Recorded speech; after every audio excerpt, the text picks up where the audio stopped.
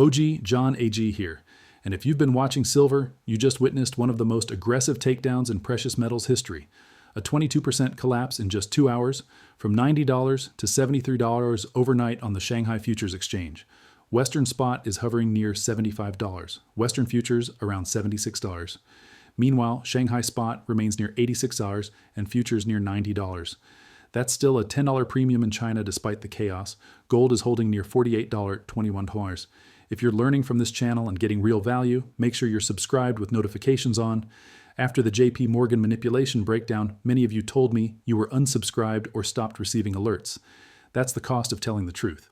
But Team OG doesn't stop. We bring verified data, real-time analysis, and both sides of the story. No hype, no fear, no nonsense. Now let's talk about what really happened, because this wasn't a market move. This was a coordinated assault. I warned for days that the $87 to $90 zone was major resistance. We never had a daily close above $90. Price tested that level multiple times and was rejected each time. Candle bodies kept closing below resistance. Pressure was building. The OG community tracked it in real time using technicals, fundamentals, and macro data. We don't gamble, we plan. The copycats will now invent another bank crash headline or dramatic narrative to explain it after the fact.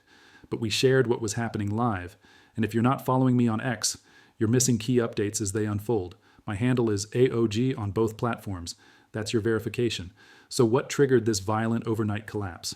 On Tuesday alone, over 3 million ounces of physical silver were removed from COMEX vaults, nearly 2 million from Asahi, more than 900,000 from HSBC, another 282,000 from JP Morgan. Even as 2.5 million ounces were adjusted into registered inventory, total COMEX silver dropped to roughly 400 million ounces, a one-day drain we haven't seen in years. Physical metal is leaving the system.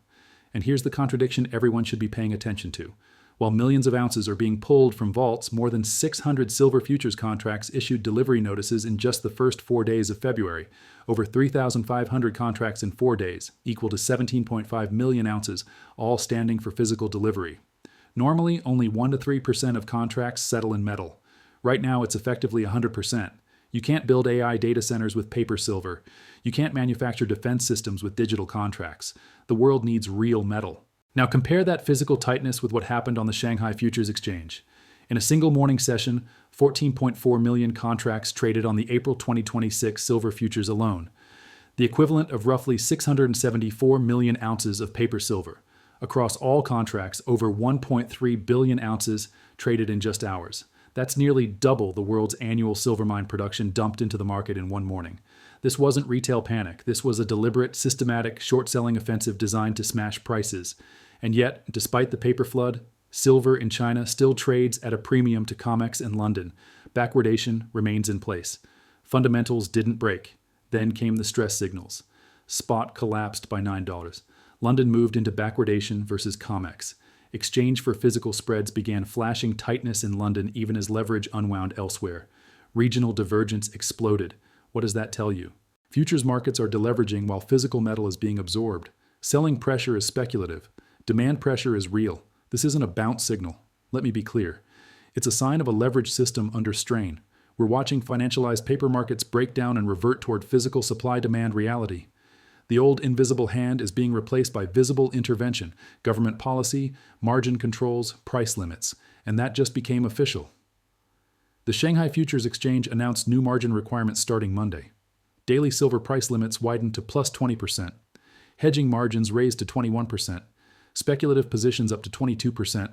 They're tightening because the system is stressed. Now connect this final dot. Imagine you're short silver at $70, and a government enforces a price floor at $80. There's no dip to cover, no pullback. You're instantly locked into a $10 per ounce loss, $50,000 per COMEX contract.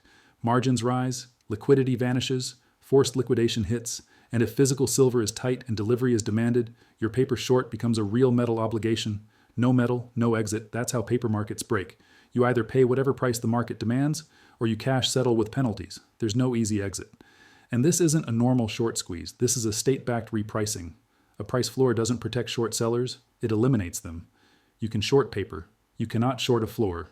The moment a floor is introduced, the old silver market ceases to exist. Now, could that floor be set below $80? Absolutely. But if it's set too low, metal vanishes. Miners stop investing, refiners slow production, physical supply tightens, And when that happens, the state has only three options: quietly raise the floor, buy metal directly, or subsidize the gap. In other words, a low floor doesn't solve the problem. It just delays reality, because the real floor isn't a number. The real floor is the price where silver simply refuses to sell. Meanwhile, CNBC anchors are mocking silver investors because silver briefly traded above $120 and is now near $79. Yet silver holders are still up roughly 150% over the past year. Bitcoin, down over 26% in the same period and even further from its highs, yet no one mocks crypto with the same enthusiasm. Interesting how that works. Now let's address the bearish side honestly, because balance matters. This deleveraging is real. Speculative positions are being flushed. Margin calls are forcing weak hands out. Even veteran traders are seeing price behavior they're not used to. Signals look messy because this process happens in waves. If we close below the $73, $74 zone on a daily candle, not a prediction, just a technical level, then $70 and possibly lower becomes a realistic short-term target. But here's what hasn't changed. It doesn't change the structural silver deficit. It doesn't change that nearly 100% of COMEX contracts are standing for physical delivery. It doesn't change that over 3 million ounces left vaults in a single day. It doesn't change that Shanghai still holds a $10 premium after the crash. It doesn't change that LBMA pricing snapshots locked Chinese shorts into painful positions. And it doesn't change that major banks likely closed massive short exposure near the lows, while physical demand keeps accelerating. Even institutions are waking up. The state of Wyoming just began purchasing physical gold and chose private vaulting over JP Morgan. That's not speculation, that's official policy. The classic 60-40 portfolio is breaking down. U.S. 10-year bonds are down roughly 50% since 2020. Gold is up nearly threefold. And yet gold still represents barely 1–4% of most portfolios. Imagine what happens if even a small portion of that bond allocation flows into hard assets. Silver moves with gold, but with massive industrial demand layered on top. UBS has already stated they expect both gold and silver to move substantially higher into 2026. Violent pullbacks like this during secular bull markets usually mark the beginning of the next leg higher, not the end. Institutional conviction hasn't broken. In fact, these artificially suppressed prices are creating even stronger physical demand as supply continues shrinking. And let's not pretend manipulation is a conspiracy theory. JP Morgan was fined nearly $1 billion for rigging precious metals markets and kept doing it anyway.